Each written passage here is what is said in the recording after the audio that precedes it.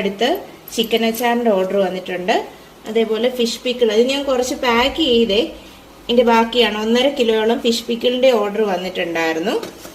ഓഫറിന്റെ അനുസരിച്ച് വന്നാണ്. അതേപോലെ നമുക്കത് കൂടാതെ അതിന്റെ കൂട്ടത്തിൽ വന്നത് നാരങ്ങാച്ചാറിന്റെ ഓർഡർ ഉണ്ട്. പിന്നെ മാങ്ങാച്ചാർ ഉണ്ടായിരുന്നു. മാങ്ങാച്ചാർ പാക്ക് ചെയ്ത് വെച്ചു. അപ്പം നാളെ അവധിയാണ്, ഗാന്ധി ജയന്തി ആയതുകൊണ്ട് നാളെ ഇതെല്ലാം ഇരുന്ന് പാക്ക് ചെയ്തിട്ട് മറ്റന്നാൾ നമ്മൾ എല്ലാവർക്കും അയക്കുന്നതായിരിക്കും. അതിന്റെ കൂടെ വേറെ കുറെ സാധനമൊക്കെ ഉണ്ട് കേട്ടോ, തേയിലയും പിന്നെ ഗ്രീൻ ടീ, അങ്ങനെ കുറെ സാധനങ്ങൾ ഉണ്ടാക്കാൻ വേണ്ടിയിട്ട്. അപ്പൊ നാളെ നമുക്ക് പാക്കിംഗ് സെഷൻ ഒക്കെ കാണാം കേട്ടോ. അപ്പൊ ഇനിയും ഓർഡർ വേണ്ടവര് പറയണേ.